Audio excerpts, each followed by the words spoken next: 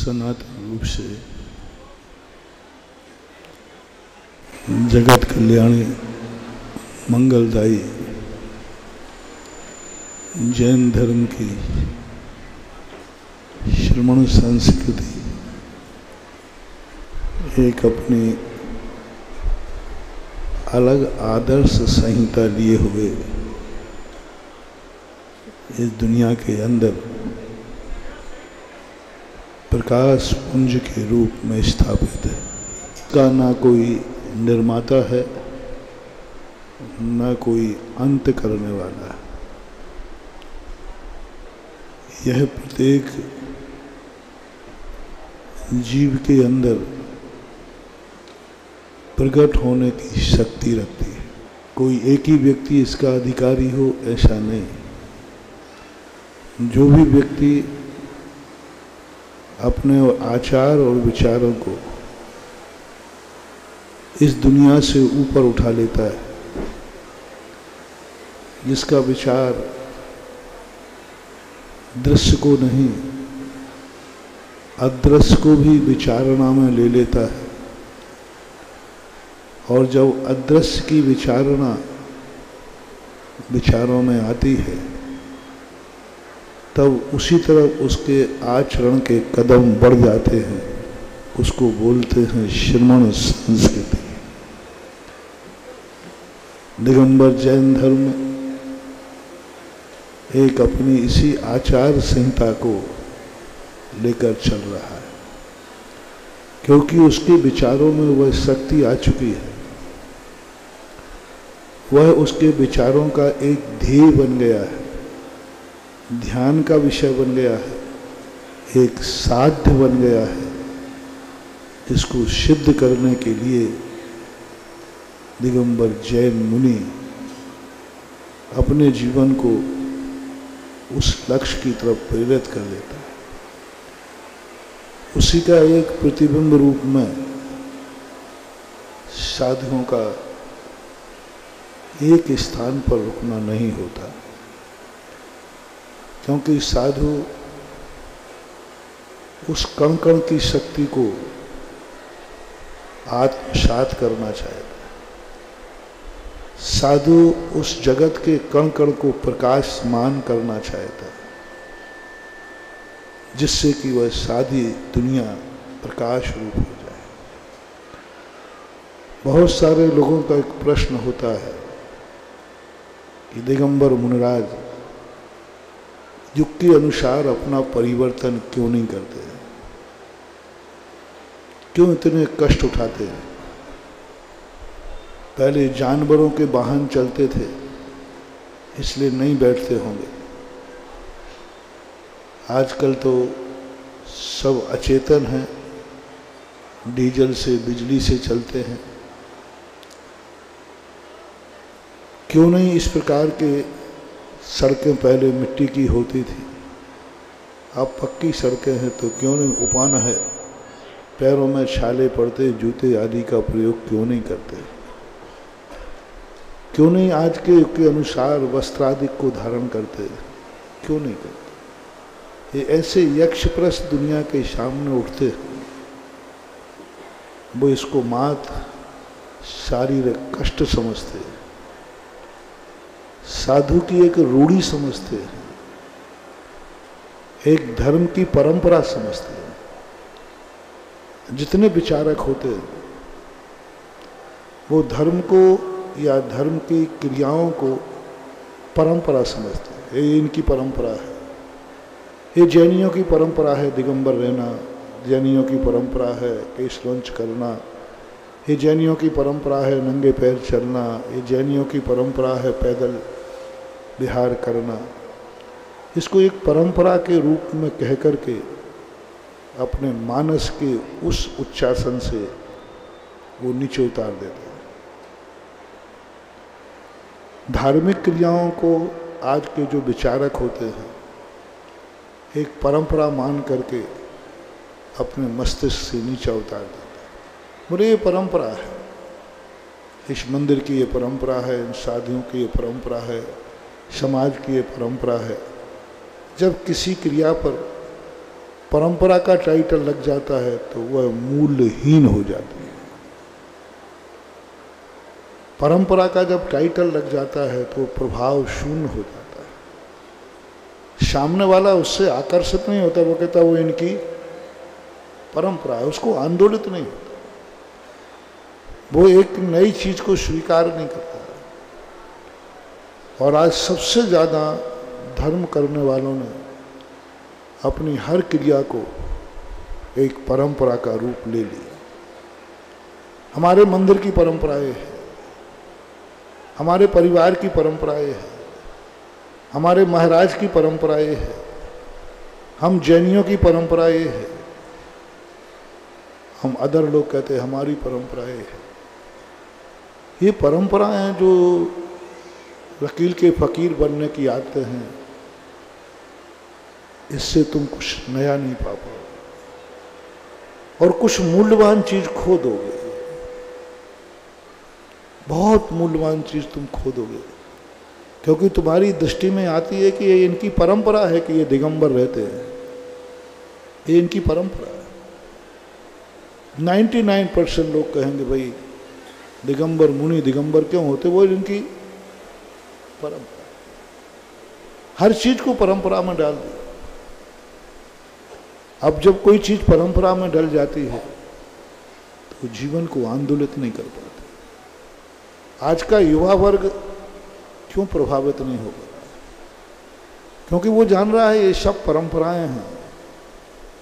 परंपरा सत्य हो, परंपरा एक विचारात्मक हो, परंपरा सदा अंधी होती है।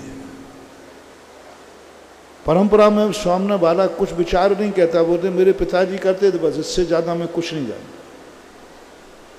मेरे महावीर स्वामी दिगंबर थे, बस इससे ज्यादा मैं कुछ नहीं जानता।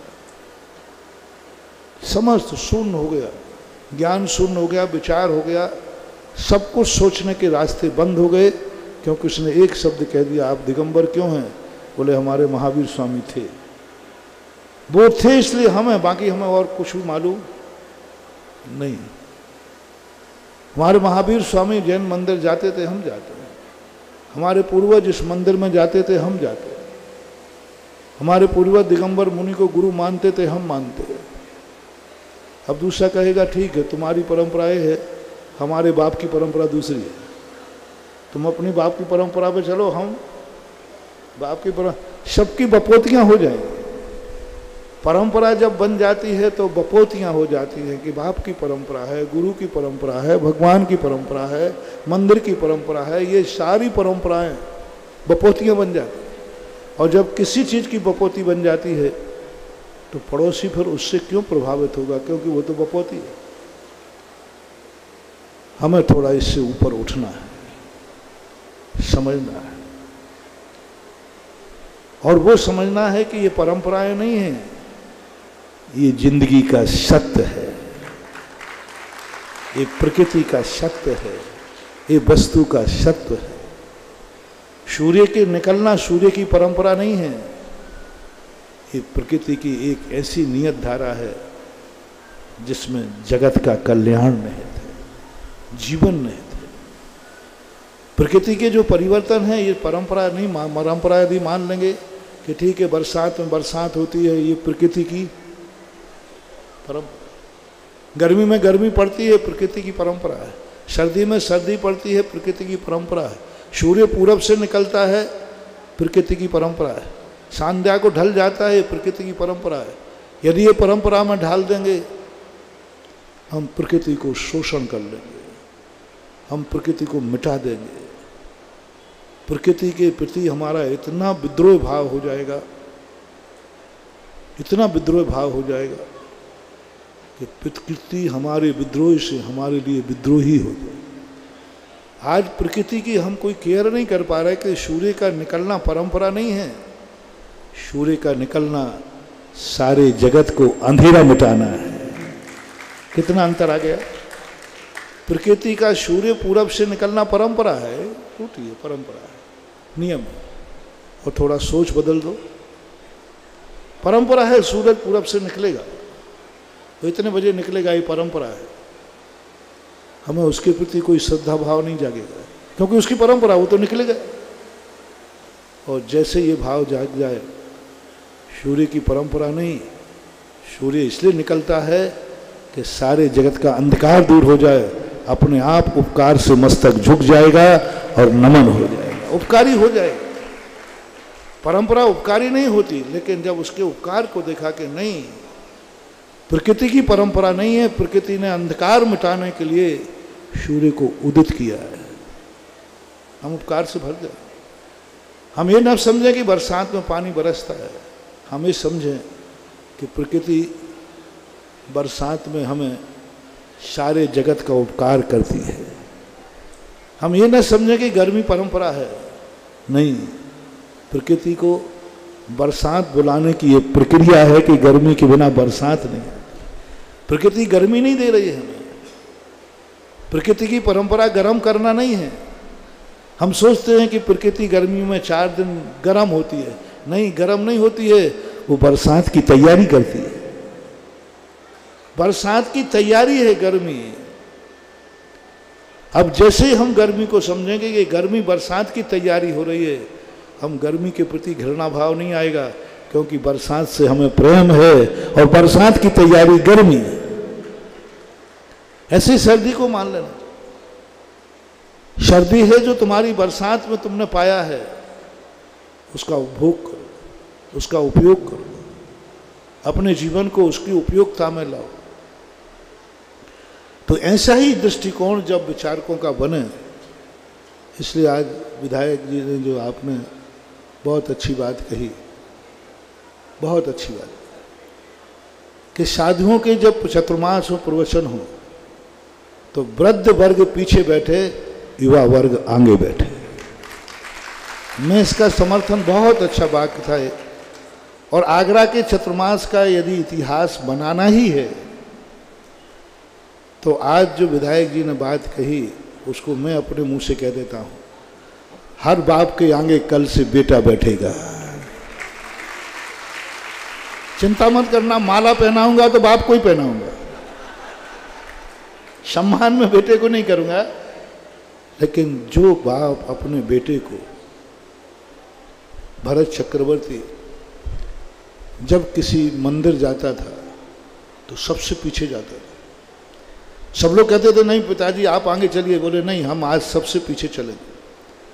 सारे परिवार को मंदिर भेजने के बाद मंदिर लास्ट में जाता था। उसके मंदिर जाने का नियम नहीं था, सारा परिवार मंदिर जाएगा, उसके बाद मैं मंदिर जाऊंगा तभी भोजन करूंगा।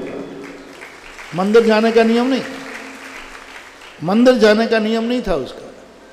परिवार का हर सदस्य मंदिर जाएगा, उसके बाद मैं मंदिर जाऊंगा तभी भोजन करूंगा। यदि ये परिणाम, ये विषय हर परिवार का हो जाए। आज एक मोटिवेशन इस संबंध में देना चाहूँगा विधायक जी के इस वाक्य पर। केंद्रीय मंत्री जी हैं, सांसद हैं, सांसद हैं, मंत्री जी। मैं इस बात को कहना चाहूँगा कि हर व्यक्ति, यदि घर में तुम्हारे 2 काम पड़े, किसी एक सदस्य को रुकना पड़ेगा। कोई दुकान व्यापार खोलना पड़ेगा तो किसी एक को खोलना पड़ेगा। तो मैं चातुर्मास में एक नियम बनाना चाहता हूँ, बाप घर में रहेगा, बेटा पंडाल में रहेगा।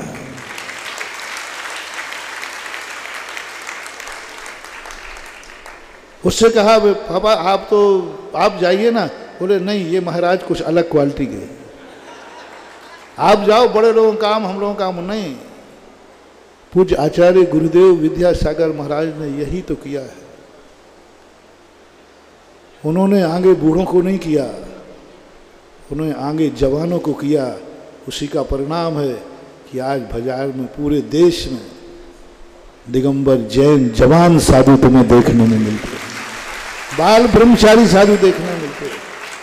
ये साधु का आचार्य पूज्यवर का एक बहुत बड़ा सोच था। जहाँ बूढ़े खड़े रहते वहाँ आचार्य से नहीं पड़गाए जाते थे, और जहाँ बूढ़े पीछे रहते हैं और जवान खड़े रहते थे वही आचार्य से की विधि होती थी, वही विधि। और पहले होता था कि बच्चे लोगों को तो कहते लाठी पकड़ कुत्ते भगाना, और दादा दादी पढ़ा करके हार दे देते थे। तो अपन ने वो भी देखा है। धर्म के कार्य में, मंदिर के कार्य में, साधु की संगति कार्य में युवाओं को आगे करना। यदि सासू और बहू में से किसी एक को रोटी बनाना पड़े घर में उसी समय, पहली बात तो है कि कल से आगरा में रोटी 8 बजे के पहले बनेगी या 9:30 बजे के बाद बनेगी, और इसके बीच में यदि बनेगी तो वो रोटी नुकसान करेगी, ये ध्यान रखना।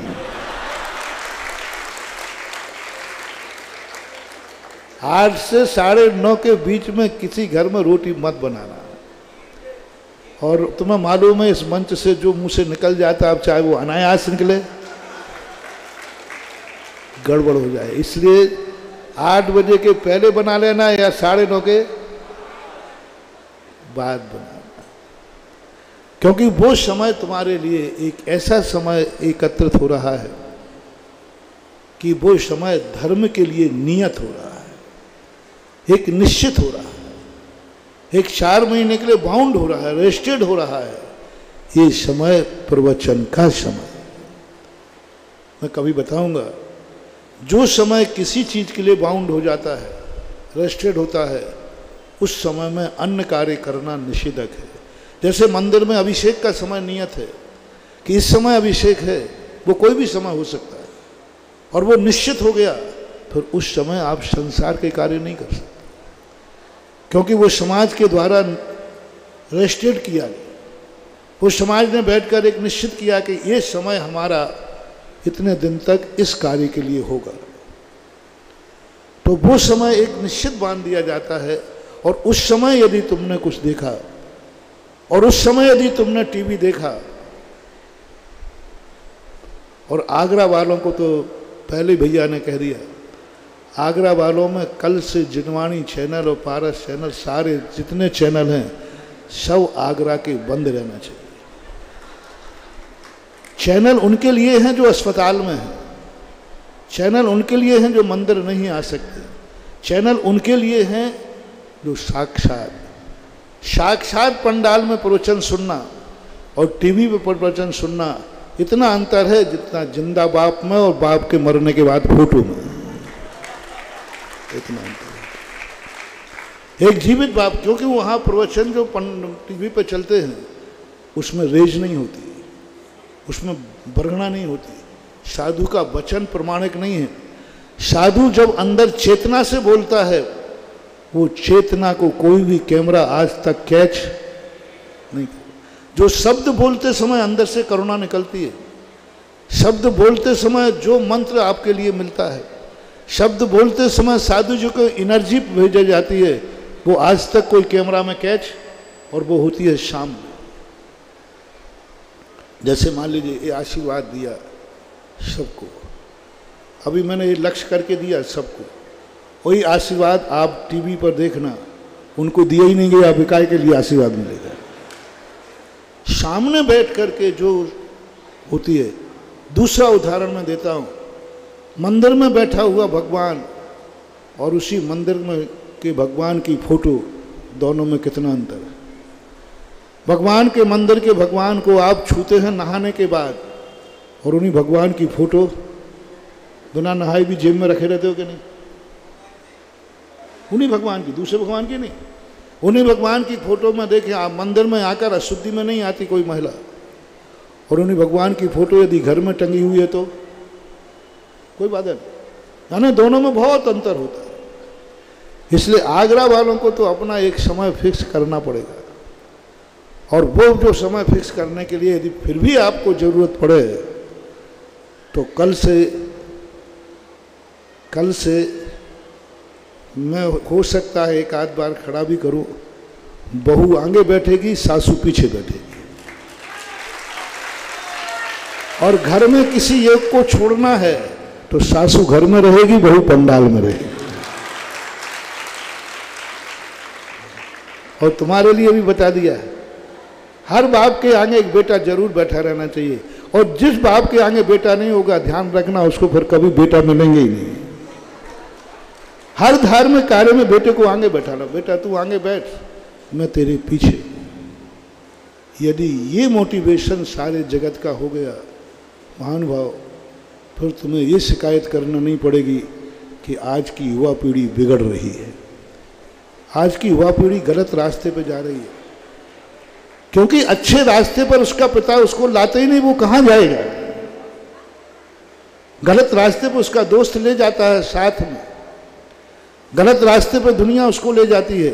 अच्छे रास्ते पर बाप तो आ जाता है, बेटे को लाते ही नहीं, वो अच्छे रास्ते जानते ही नहीं, अच्छे रास्ते उसे पता ही नहीं, अच्छे रास्ते का उसे ज्ञान ही नहीं, क्योंकि कभी पिता ने उसको अच्छा रास्ता दिखाया ही नहीं। अच्छा रास्ता दिखाने के लिए हमें पहली बार साथ में चलना पड़ता है। इसलिए जो दृश्य रूप अदृश्य की तरफ, उसको परंपरा का टाइटल हमें हटाना है इस चतुर्मास में। और इस धर्म की परंपरा नहीं है, धर्म हमारे जीवन का सत्य है, धर्म हमारी श्वासों का सत्य है, धर्म हमारी आँखों का सत्य है, धर्म हमारे कानों का सत्य है, धर्म हमारी भोजन की थाली है, धर्म हमारा कर्म है, धर्म हमारी जिंदगी की एक एक क्रिया में जहाँ देखो वहाँ ही धर्म है। धर्म के बिना जिंदगी की श्वास भी नहीं है। ये जिस दिन तुम समझ जाओगे, धर्म को शिरोधार्य करोगे कि धर्म तो हमारा जीवन। धर्म को परंपरा मत मानो, ये रूढ़ियां नहीं है धर्म। जो बात मैं कह रहा था, दिगंबर होना कोई रूढ़ी नहीं है। एक बहुत अच्छा ऐतिहासिक संस्मरण, सुदामा जी जब द्वारका पहुंचे तो जब पता चला रानियों को कि ये श्री कृष्ण के मित्र हैं, सखा हैं, तो उनका बड़ा स्वागत किया। स्वागत करने के बाद उनको बहुत अच्छे कपड़े दिए गए, पैरों में बहुत अच्छे उपानह दिए गए, जूते बहुत अच्छे। अब राजा तो राजी के हिसाब से देगा। सुदामा ने बहुत मना किया, लेकिन रानियां नहीं मानी। उन्होंने कहा नहीं, आपको सब लेना पड़ेगा, ये हमारा प्यार है, प्रेम है, तो आप हमारे पति के बहुत सखा हैं, सकोच बस वो मना नहीं कर सकते। इतने में जब वो वहाँ से बाहर आ ही रहे थे तो श्री कृष्ण ने देखा, क्यों रे सुदामा, तू यहाँ इसलिए आया था कि सब बटोरने के लिए? इतने बड़े बड़े कपड़े तूने पहन लिए, ये जूते पहन लिए, ये हार मुकुट पहन लिए। तो अब मित्र तो मित्र की भाषा में बोलते, मित्र की भाषा होती है। कन्हैया जमान समान के बोल, मैंने कोई चोरी नहीं की है, तेरी रानियों ने दिए, मैं क्या करूं मना करने पर? अरे सुदामा, उन्होंने दी थी तो क्या है, लिया तो तूने है ना, तो मैं क्या करूं? इतने में रानियां आ गई। तो रानियां श्री कृष्ण से कहती हैं कि मुझे क्या इतना अधिकार नहीं कि मैं उनको कुछ दे सकूं? पर रानी तो सब एक हो गई, बोले ये क्या दादागिरी के, आप ही सब कुछ दे सकते? मैंने दे दिया तो कौन सा अपराध कर दिया, कौन सा हमने तुम्हारी जन्नत लुटा दी?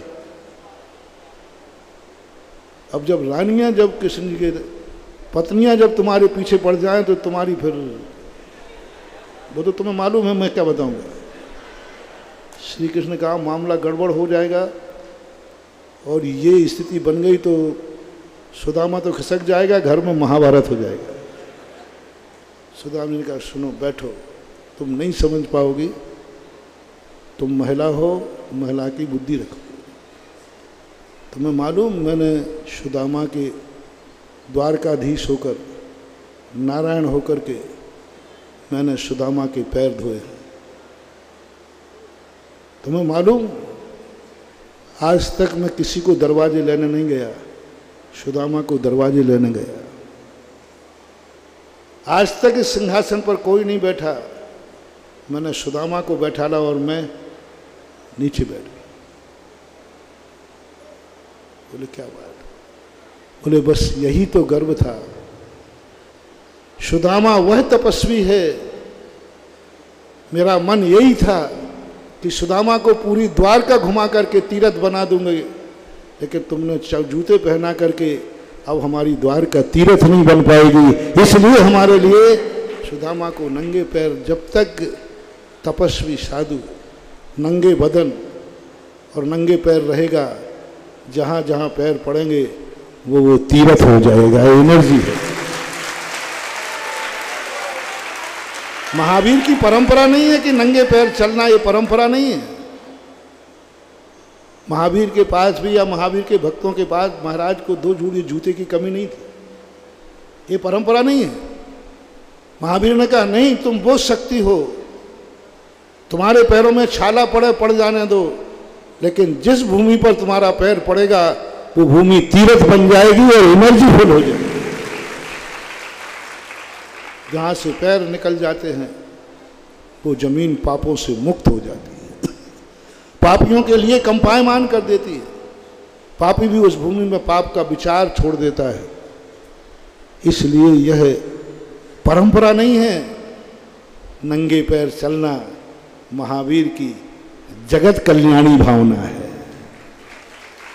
क्योंकि जगत में लोग पाप तो छोड़ नहीं पाएंगे, हर पृथ्वी को पापमय बताएंगे, लेकिन शादियों से कहा तुम नंगे पैर चल करके ये पापमय भूमि को पुण्यमय बना दो। दिगंबर मुनि निर्वस्त्र अकेला मात परंपरा नहीं है, मात अकेली आत्म साधना नहीं है। इस बदन से जितनी हवाएं छू के बहती हैं किलोमीटरों तक वहां सुभिक्ष हो जाता है। तुमने वस्त्रों से ढांक दिया सुदामा को, अब वो हवा सुदामा के शरीर को नहीं छू पाएगी और हमारी द्वारका का दुर्भिक्ष दूर नहीं हो पाएगा। तुमने पहना दिए बड़े बड़े जूते, अब मेरी पृथ्वी तीर्थ नहीं बन पाएगी। ये रहस्य रानियों ने जब सुना, ये रहस्य सुदामा भी नहीं जानते थे, ये रहस्य सुदामा भी नहीं जानते थे, ये रहस्य जानते थे कृष्ण। साधु भी नहीं जानता कि हमारी दिगंबर मुद्रा का क्या रहस्य है, रहस्य जानता है साधु का भक्त श्रावक। ये श्रावक जानते, ये पृथ्वी जानती है। हम तो एक ही सोच देखते हैं कि हमारे लिए इस प्रकार के साधन क्यों नहीं दिए गए, क्योंकि ये परिग्रह था, परिग्रह हमें विकल्प था, परिग्रह से हमें विकल्प होते थे। इसलिए हमारे कल्याण के लिए ये सब चीज़ें अलग कर दी गई। हमारा सोच इतना ही है कि पैर जूते पहनने से हिंसा होती है, हमें जीव का पता नहीं चलता, परिग्रह का दोष आता है, हमें विकल्प आएगा, मोक्ष मार्ग में बाधक बनेगा। हम इतना ही सोचते हैं, बस इससे ज़्यादा नहीं सोचते, क्योंकि हमें इतने सोचने के बाद हमें कुछ सोचने को दिया ही नहीं है। अपदीपो भव, अपदीपो भव। लेकिन जब परान्मुखी होता है साधु और जब तुम्हारे पक्ष से हम सोचते हैं, तुम्हारी तरफ से जब सोचते हैं, तब मुझे लगता है कि इस प्रकृति ने साधुओं को जो साधना दी है वो स्व कल्याणी ही साधना नहीं है, ये जगत कल्याणी साधना है। इसलिए जगत का हर क्रिया में जगत का कल्याण छुपा है। तुम समझते हो साधु आहार को उठता है, ये मेरा सोच है, ये मेरा सोच है, क्योंकि मैं रत्नत्रय का पालन करता हूँ और इस शरीर की रक्षा के लिए मैं आहार को उठता हूँ। लेकिन ये श्रावक का सोच नहीं। जब मैंने श्रावक की आचार संहिता पढ़ी तो बहुत मुश्किल निकला। हमारी संहिता जब हमने पढ़ी तो उसमें लिखा था साधु को आहार को इस विधि से उठना चाहिए, क्योंकि उनको रत्नत्रय का पालन करना है, अपनी आत्म साधना करना है। लेकिन जब हमने श्रावकाचार पढ़ा वहाँ कहीं मेरा नाम ही नहीं था, नाम ही नहीं था। वहाँ कहीं नहीं लिखा कि साधु अपनी साधना के लिए आहार करता है। हर श्रावकाचार में लिखा साधु जब भी उठता है किसी श्रावक का कल्याण होता है। आत्म कल्याणी भावना नहीं, पूरे श्रावकाचारों आत्म कल्याण का कहीं नाम ही नहीं दिया कि साधु अपने कल्याण के लिए आहार करे। वो तो ये कहता है कि नहीं उनका नहीं, ये तो है ही नहीं, वो तो बिना आहार के भी कल्याण कर लेंगे। लेकिन साधु यदि आहार को नहीं उठेगा तो जगत का कल्याण कैसे होगा, श्रावक का कल्याण। जब ये दृष्टिकोण इसमें आ जाएगा आप समझते हैं कि भगवान का अभिषेक करना उनकी परंपरा है? नहीं। परंपरा होगी आप पुजारी से करवा दोगे, परंपरा होगी आप नौकर से करवा दोगे, परंपरा होगी आप 2 दिन करोगे और ख़त्म कर दोगे। भगवान की अभिषेक परंपरा नहीं है, तुम्हारे जन्म जन्म को पापों को काटने का एक उपाय है। अभिषेक परंपरा नहीं है, अभिषेक जीवन है। मंदिर परंपरा नहीं, जीवन है। तो धर्म को जब हम अपनी जिंदगी से जोड़ देते हैं तो मेरा दावा है आज का युवा वर्ग परंपरा को स्वीकार नहीं करना चाहता है। वो कहता है धर्म मेरी जिंदगी से जोड़ दो, मैं धर्मात्मा होने को तैयार। उसको जोड़ो, धन से जोड़ो, उसके पंचेंद्रियों से जोड़ो। वो जो चाहता है उसको धर्म में बता दो ना। उसकी चाहत के विरुद्ध चलेंगे वो दूर भाग जाएगा। उसकी चाहत में यदि हम धर्म मिला देंगे वो चाट करके खा जाएगा। चाहत में मिलाओ धर्म। तो आज वर्तमान में इस भौतिक युग में सबसे बड़ी चीज लोगों की जो धारणा बन गई है, धर्म एक परंपरा है, एक रूढ़ी है, एक चला आया हुआ एक विषय है। वो नहीं, इसको जीवंत करना है। और इसी का परिणाम स्वरूप आज दिगंबर साधु,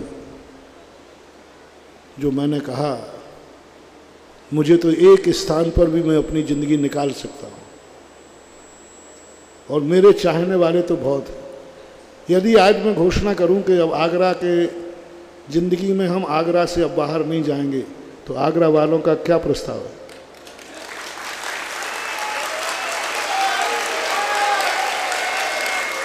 देखो भाई, ऐसे ही तालियां मत बजाना, कहीं हंसी हंसी सांची नहीं हो जाए। फिर बाद में कहोगे कहाँ की आफत हो गई, चतुर्मास करा के तो सिर ही पड़ गए महाराज जिंदगी भर के लिए। फिर बाद में तो नहीं पछताओगे? पक्का? तो फिर मुझे रुकने में बाधा क्या है?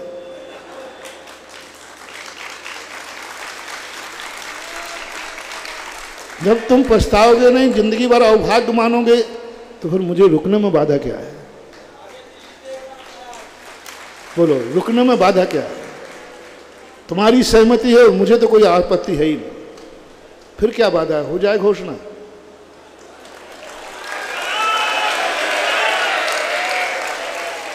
हो जाए ना। लेकिन ध्यान रखना, यही बात झांसी वालों ने भी कही थी। यदि ये घोषणा वहां हो जाती तो बोलो ना, क्योंकि उन्होंने भी यही कहा था। उनसे भी पूछा था कि मैं यहीं हमेशा रह जाऊं तो महाराज चतुर्मास करो, आप हमारे यहाँ चतुर्मास करो। तो मैंने क्या चतुर्मास की बात करते हो, चढ़ाओ जिंदगी भर का श्रीफल, महाराज सारी जिंदगी यहीं रहो। तो उन्होंने वो चढ़ा दिया। और यदि मैं वहाँ रुक जाता तो, और जब झांसी आया तो ललितपुर वाले भी, ललितपुर वालों के लिए क्या मैं भार था? बोलो ना, सौभाग्य। राजस्थान वालों के लिए क्या मैं भार था? आज 40-45 साल हो गए चतुर्मास करते करते, मैं तो कभी आज तक किसी को भार नहीं बना। मैं तो जहाँ जाता हूँ वहाँ की जनता सौभाग्य ही मानती है। पूज्य गुरुदेव आचार्य महाराज का ऐसा ही आशीर्वाद। जब सौभाग्य मानती है तो क्यों विहार करता हूँ? दुर्भाग्य माने तो विहार करना बात बनती है। क्या करें महाराज, वहाँ से इसलिए विहार करना कि उनको मैं भार लग रहा था। कौन बाप बेटे से अलग होता है? जो बेटा बाप को सौभाग्य माने, बाप बेटे को ना अलग करता है और ना होता है। लेकिन जब वो बाप बाहर बनने लग जाए तो फिर तो मुझे तो अभी ये दुर्भाग्य मिला नहीं कि मैं कहीं भार बन के रहा हूँ। मैं तो सौभाग्य लोग मानते हैं और सौभाग्य में से ही उठ करके भाग देता हूँ। बोलो, ललितपुर झांसी या 40 साल पहले हर स्थान पर यही वायदा था, यदि मैं उनकी बात रुक करके वहाँ रुक जाता तो क्या होता है? प्रदीप जी बोलो, नीरज क्या होता? बस वहां रुक जाता तो तुम्हारा कल्याण नहीं होता, और यहां रुक जाऊंगा तो जगत का कल्याण नहीं होगा, फिर क्यों वायदा करूं? यानी साधु का विहार इसलिए नहीं होता है कि वहां पुण्यहीन है, साधु का विहार इसलिए होता है कि दूसरे लोग भी इंतजार में होते हैं। तो ये मत समझना कि साधु विहार मात्र अपने लिए ही करता है, निष्परिग्रही होने के लिए करता है। महावीर स्वामी ने अनेकांतमयी है, तुम निरंतर विहार करते रहो, क्योंकि जिससे सारा जगत तुम्हारे लिए इंतजार करता है। और स्थितियां यही बनती हैं। हमें लगता है कि यहाँ बहुत प्रभावना है, बहुत उत्साह है। मेरा तो सूत्र है, फूल चुनने के लिए रास्ते में मत रुको, फूल चुनने के लिए रास्ते में मत रुको, आगे बढ़ो, गुलदस्ता इंतजार कर रहे हैं। जब भी आगे बढ़ता गया फूल छूटते गए और गुलदस्ता आगे बढ़ते गए। तो इसलिए वो विहार करने की स्थिति बनती है। आज आगवानी में ललितपुर नंबर 1 माना जाता था, नंबर 1 माना जाता था। मैंने 4-5 बार माना, लेकिन वो तो फूल रह गया, आज आगरा गुलदस्ता बन गया।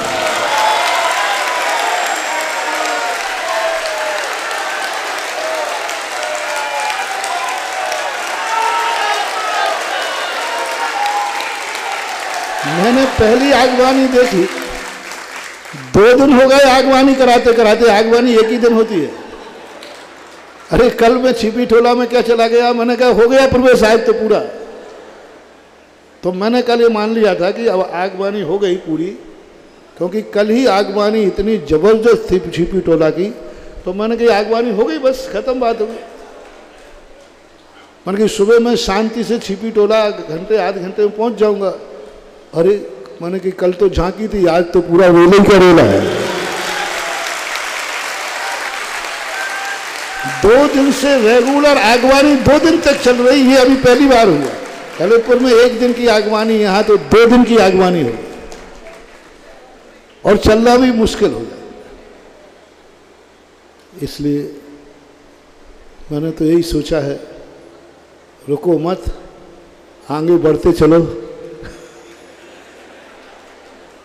ये निरंतर धारा महावीर स्वामी ने जो बहाई थी, वो आज देखने में आती है कि तुम्हें लगता है कि यहीं सब कुछ है, आगे बढ़ो, शायद इससे भी कुछ अच्छा होता है, हो रहा है।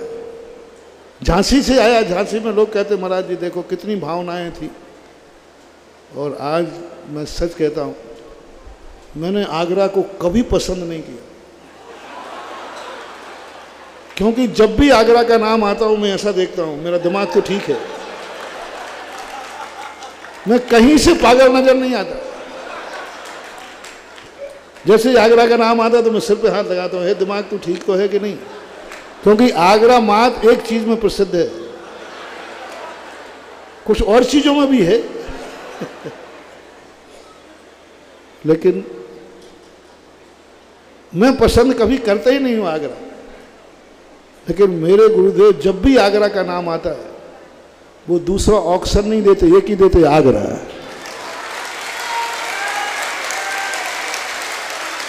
पिछली बार जब यहाँ पर पंच कल्याणक महोत्सव था, वो भी 93 या 4 का बात है, हाँ, तो ललितपुर में था। तो मेरा बिल्कुल भी मन नहीं था, और मुझे बड़ी खुशी हुई थी कि हमारे ज्येष्ठ महाराज क्षमा सागर जी को निर्देश मिले। तो मैंने कहा चलो बलाई टली। उधर आचार्य श्री का आदेश आया, रामटेक में महाराज थे, विराजमान थे, निरंजन लाल जी बनर्जी। आचार्य श्री ने कहा है ललितपुर से सुधा सागर जी को भी ले जाओ। तो मैंने कहा ऐसा क्या पंच कल्याण के जो 2-2 गोसंग करेंगे, एक संग काफी है। तो मैंने निषेध किया कि महाराज जी जरूरत क्या है, वहाँ एक पंचकर्णा के महाराज जा रहे हैं, कर लेंगे। बोले नहीं नहीं, आगरा तुम्हें जाना है, हमने दोनों का आशीर्वाद दिया है। अब उन्होंने दोनों का आशीर्वाद दिया तो मेरी क्या औकात कि मैंने दोनों का आशीर्वाद दिया, वहाँ आ गए। हमें हर साल 2-4 नाम मिलते हैं, कि ये देख लेना, ये देख लेना, ये देख लेना। इस बार एक ही नाम सबसे पहले उनके मुंह से निकला, आगरा। मैं तो इसलिए नहीं बताया था, ये थे झांसी में जब बताया तो मैंने इसलिए बताया क्या पता मैं पहुंच पाऊँ या नहीं पहुंच पाऊँ। तो मुंह से निकलने के बाद गड़बड़ तो हो जाता है, इसलिए उत्तर प्रदेश बीच में मध्य प्रदेश घुमाई फिरी भाषा अनुभव वचन बोल रहा था, लेकिन आचार्य श्री के मुख से सीधा निकला आगरा। मैंने मना किया कि महाराज जी 250-240 किलोमीटर है और अब वो उम्र थोड़ी है और अब इतना कैसे चल पाऊंगा, और शुल्लक जी हमारे वैसे ही पेशेंट है। तो मैंने कहा इनकी आड़ में मैं बच जाऊंगा, तो उनका इलाज उन आचार्य श्री ने बता दिया। मैंने कहा अब मेरा इलाज मेरे फिर भी थोड़ी सी इतनी स्पीड नहीं है। बोले तुम्हारा इलाज तो हमारा आशीर्वाद है। मतलब मैंने थोड़ा सा बहाना बनाया कि भाई शक्ति नहीं है, और था भी कोई कम थोड़ी था ना। 240 किलोमीटर 20 तारीख को चला था, और आज कितनी है? वहाँ झांसी से यहाँ पैदल आना बहुत बड़ा मायना था। मुझे तो उम्मीद नहीं थी, मैंने तो सोच लिया था कि आचार्य श्री ने कहा जरूर है, लेकिन इस बार शायद आचार्य श्री की आशीर्वाद पूर्ण नहीं कर पाऊंगा। तो मैंने कहा था कि महाराज जी नहीं पूर्ण कर पाया तो बोले तुम पहले चलो, फिर बाद में बीच में देखूंगा। मतलब जहाँ तुम्हारी गाड़ी रुकी फिर मैं देखूंगा, क्योंकि उन्हें मालूम था कि देखना फेंकना कुछ नहीं है, एक बार कदम तो उठाओ सीधा आगरा में रुकेगा।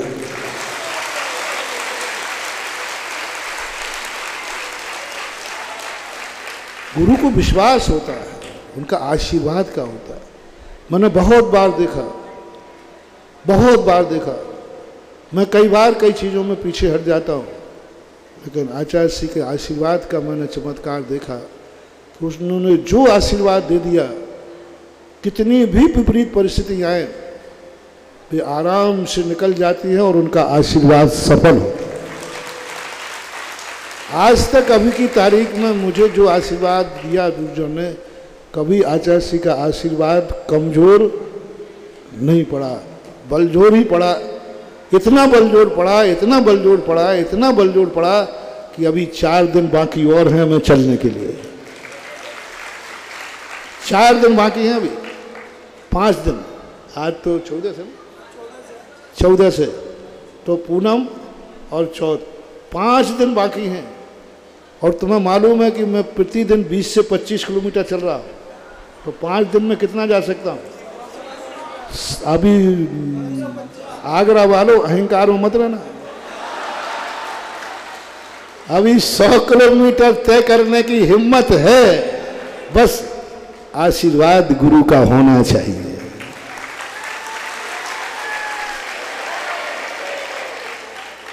तो गुरु महाराज का जरूर आगरा के प्रति कुछ लगाव है।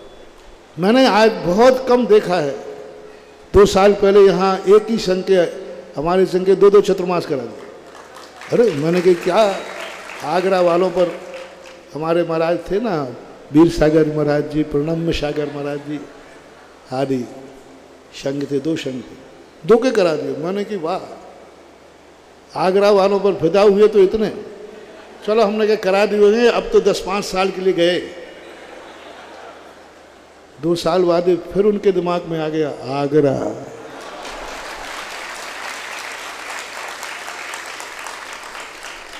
ये गुरु की कृपा जो आगरा के ऊपर है, गुरु के मुख से जो शब्द निकल जाता है, समझ लेना उस शब्द से ही आगरा नगर को हम पागल खाने का आगरा नहीं कहेंगे। अब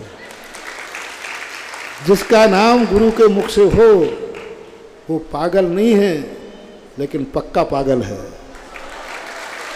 पापम गालयति पागल है, जो पापों को गलाता है उसका नाम पागल होता है।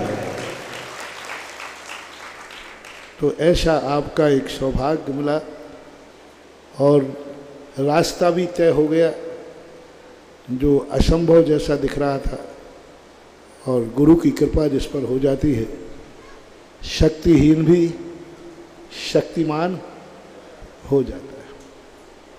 और जो आज आप लोगों का उत्साह देखा, मुझे तो ये उत्साह नहीं दिख रहा था, लेकिन आचार्य श्री को जरूर दिख रहा है।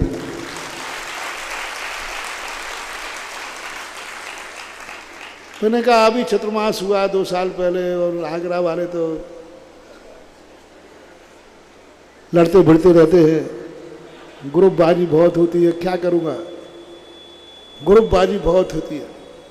यहाँ ग्रुप बहुत है, अरे समाज में तो छोड़ो, यहाँ तो घर घर में भी ग्रुप है। लेकिन कुछ परिवार ऐसे हैं, आज प्रदीप जी जो बोल रहे थे, मुझे क्या मालूम कि प्रदीप जी इतना अच्छा बोल पाते, नहीं तो मंच संचालक में प्रदीप को कहता, मनोज से कहता बैठ जा भाई तू भी। जिस भावना से प्रदीप जी बोले बहुत अच्छा है। और इनके परिवार की, पहले जब मैं आया था तो इस आगरा में एक परिवार की प्रशंसा सुनता था, बेनाडा परिवार की। इस बार आया तो दूसरे परिवार की प्रशंसा सुन रहा हूं, PNC। यानी जब मैंने एक संस्मरण सुना कि ये चारों भाई जो रहते हैं, इनके बेटों में बड़ा कमाल है। इनके भाई के एक बेटे ने स्कूल में पूछा कि भाई तुम कितने भाई हो? तो उन्होंने कहा 7 भाई। आजकल कोई छोटे बच्चों के कोई 7 बेटे भाई सुन ले तो उसको 7 बच्चे, 7 बच्चे। आज 7 बच्चे पैदा करना तो ऐसे लगता है एक माँ बाप को जैसे विश्व का सबसे बड़ा 7 बच्चे। तो तेरे भाई कितने हैं? बोले 7 भाई कह दिया ना। उन्होंने घर लगाया कि बोले भाई इस बेटे के बाप 7 बेटों का बाप है क्या? बोले हमारे घर में चारों भाइयों के बेटे एक ही रूप के माने जाते हैं। यानी उस छोटे बच्चे ने ये नहीं कहा, उसके पिताजी के ओरिजिनल तो 2 ही बेटे थे, एक बिटिया थी एक बेटा था, लेकिन फर्स्ट एंड फन पूछने पर उसने 7 भाई शब्द निकाला। ये शुभ क्षण, किसी ने पढ़ाया नहीं था, किसी ने लिखाया नहीं था, अनायास एक छोटे बच्चे से स्कूल में पूछ ले कोई मैडम के 7 भाई है, समझ लेना उस घर का आदर्श क्या होने का। 7 भाई कह दिया, यानी उसने अपने भाई तो 2 ही हैं, लेकिन ताऊ के चाचा के सब भाइयों को महानुभाव। सारी दुनिया से मैं कहना चाहता हूँ, जहाँ एक खून हो वहाँ सब एक भाई हो, यही स्थिति होना चाहिए। और ये रूप ऐसा होना चाहिए दुनिया में। थोड़ी थोड़ी सी बातों को लेकर के हम खून के विद्रोही हो जाते हैं, ये हमारे धर्म के संस्कार नहीं कहलाते।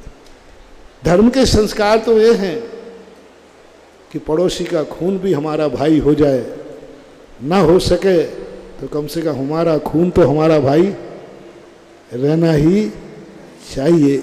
आज आपका जो भी होने वाला है, अब वो होगा कि नहीं मैं कल बताऊंगा। ब्रह्मचारी ने तो घोषणा कर दी कि चतुर्मास की कल स्थापना है, मैं तो नहीं करूंगा। मुझे तो अभी 100 किलोमीटर जाने की, अपनी छूट का अपन क्यों बंधन में डाले? अरे कल से बंधेंगे, आज क्यों बंधे? कल बंधेंगे ना जब हम बैठ जाएंगे। पर बंधन का तो पहले से ही, चलो कोई बात नहीं, कल शादी होना है, आज सगाई हो गई। होता ना पहले कोई कार्यक्रम तो पहले हो, लेकिन सगाई में मुद्रिका बदल जाती है कई बार। लेकिन भावना भाव कि आज का जो दिन है वो कल दिन भी ऐसा ही रहे और दीपावली तक भी ऐसा ही रहे, ऐसी भावना भाव बहुत उत्साह। ये आगरा का चतुर्मास है, हरि पर्वत का नहीं है। ये आगरा का चतुर्मास है, छिपी टोला का नहीं है। ये आगरा का चतुर्मास है ईदगाह का नहीं, ये आगरा का चतुर्मास है किसी संस्था का नहीं। मुझे आगरा दिया है, आगरा कहाँ है मुझे वहाँ भेज दो। आगरा कहाँ है वहाँ जाना है। आचार्य श्री ने बिल्कुल नाम नहीं लिया हरि पर्वत का, छिपर। उन्होंने आगरा कहा है, आगरा कहाँ है वहाँ हमारा चतुर्मास करना है, गुरु आज्ञा। आगरा कहाँ है?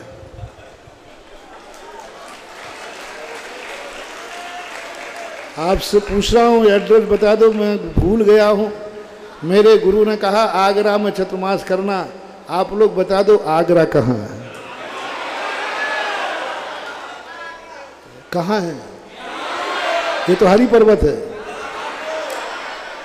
और कल गया था वो, उसके पहले वो सदर था, सदर पार्ट में।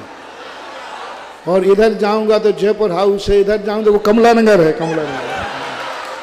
मुझे आगरा चाहिए क्योंकि गुरु का वचन आगरा का है। मुझे आगरा में स्थान बता, एड्रेस बता दो, आगरा कहाँ है। और यदि आगरा नहीं हो तो मैं महाराज से कह दूं, महाराज जी आगरा दुनिया में है ही नहीं।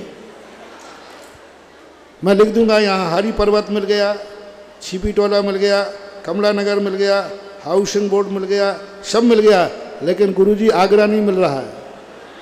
बोलो आचार्य श्री से आगरा में ये समाचार भेज दूं कि आगरा मिल ही नहीं रहा, आपने तो आगरा कहा है, और या भेज दूं कि आगरा मिल गया। बस आज के बाद कोई ये नहीं कहेगा कि महाराज का चतुर्मास हरि पर्वत हो रहा है। यदि तुम्हारे पास आगरा नाम का स्थान हो तो बता दो।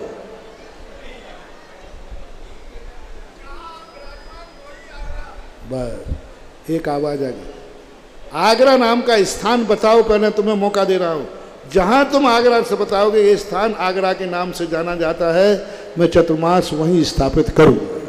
तुम्हारे ऊपर छोड़ रहा हूं।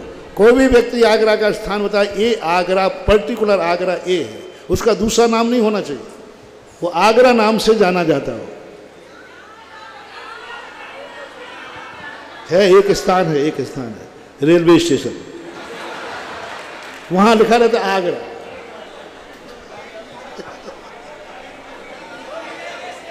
रेलवे स्टेशन पे लिखा हो, प्लेटफॉर्म पे आगरा, वहां और कुछ नहीं लिखा रहता। हेलीपैड पे लिखा होगा आगरा। लेकिन तुम लोग बताओ चतुर्मास रेलवे स्टेशन पे करो, जहां आगरा लिखा हो वहां कर लो, दूसरा नाम नहीं होना चाहिए। 1 मिनट का समय आपको है, बाकी फिर मैं आगरा में चतुर्मास करूंगा।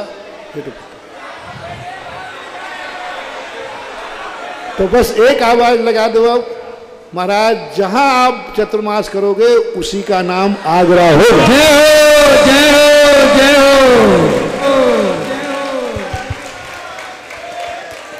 जहां अब ये चतुर्मास हरि पर्वत का नहीं है, आगरा एमडी कॉलेज का नहीं है, छिपी टोला का नहीं है, और कहीं का।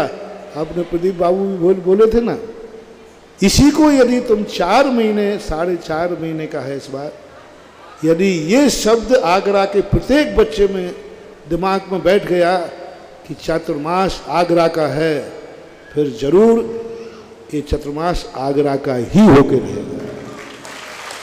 मेरे चतुर्मास की चिंता मत करो, मेरे चतुर्मास तो सारी दुनिया ने देखे। कौन सा चतुर्मास है? 80 से 80 से करो, 41 चतुर्मास मेरी सारी दुनिया ने देखे हैं। अब मेरा चतुर्मास क्या देखेंगे बुढ़ापे में? अब तो लोग चतुर्मास देखेंगे कि आगरा का चतुर्मास कैसा है, मेरा नहीं। मेरे चतुर्मास तो सारी दुनिया ने देखे कैसे होते। आगरा वाले बताओ मेरे चतुर्मास कैसे होते। अब आगरा का चतुर्मास कैसे होगा ये आपके हाथ है। मेरा तो ठाठ से होता है, बाट से होता है, बहुत शानदार होता मेरा। एक भी चतुर्मास में मैं कभी अपने आप में किसी भी रूप में हीनता महसूस नहीं की। चतुर्मास साधु के नाम से नहीं जाना जाता, चतुर्मास वहां के नाम से जाना। ललितपुर का चतुर्मास, अरे कहो ना सुधा सागर का चतुर्मास, नहीं नहीं, क्या बोलोगे? महाराज को गायब कर देते। ललितपुर का चतुर्मास शाही हुआ, फलाने स्थान का चतुर्मास ऐसा हुआ। अरे मेरा चतुर्मास कहो, ये बोलो ना। नहीं नहीं नहीं, है ही नहीं मेरा चतुर्मास, तो कहोगे कैसे? क्योंकि शान किसकी बढ़ती है? मान किसका बढ़ता है? समाज का। बिगड़ जाए तो अपमान किसका होता है? समाज का।